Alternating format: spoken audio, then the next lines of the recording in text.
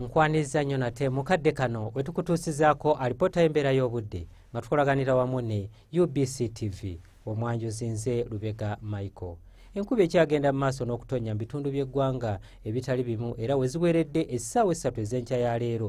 Namulonge yabadde ewezeza millimeters 47 n'obutundutundu 3 so nga yo Kampala yabadde ewezeza millimeters 18 n'obutundu 2.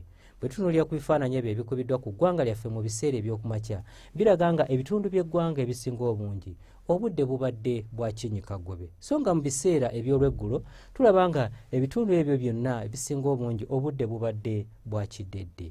Byo ebifaananyi ebikubiddwa ku ssemazinga wa Africa biraga nga omukubo gw'enkuba gwongedde okusaasaanira amasekkati ga ssemazinga wa Africa omwo nga mwotwalidde n'eggwanga lyaffe ekireetedde enkuba okweyongera okutonnya mu bitundu by'eggwanga ebitali bimu. Katutunulireko ku mbeera y'obudde nga bwe tugisuubira mu biseera eby'okumakya. Tusuubira ebitundu ebyo eby'omu Arua okokosa n'ebitundu ebyo ebyebulunguludde ennyanja Nalubaale okubeera n'oluwandaggirize. Ebitundu by'eggwanga ebisigaddewo ebirala tusuubira akasana okukeera okwaka.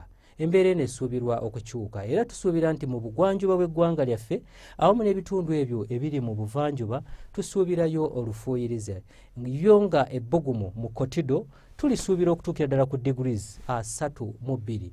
Kampala n'emiriraano tusuubira ebbugumu okutuuka ku degrees 28. Ate olwo yo mu nsozi ez'e tusuubira nti ebbugumu lijja kutuuka mu degrees 25. Byo ebibuga ebiri emitala w'amayanja ekibuga nga Washington, Lagos awamu ne Tokyo tusuubirayo enkuba okutonnya era nga ebitundu ebyo mu Addis Ababa ne Nairobi tusuubira ebbugumu okubeerera ddala waggulu. Ebyo bye tusobodde okugira mu kitongole ky'eggwanga ekivunaanyizibwa ku mbeera z'obudde nga tukolaganira wamu ne UBC TV n'olunaku lw'enkya tulindire mu budde bwe bumu okutuusaako embeera y'obudde.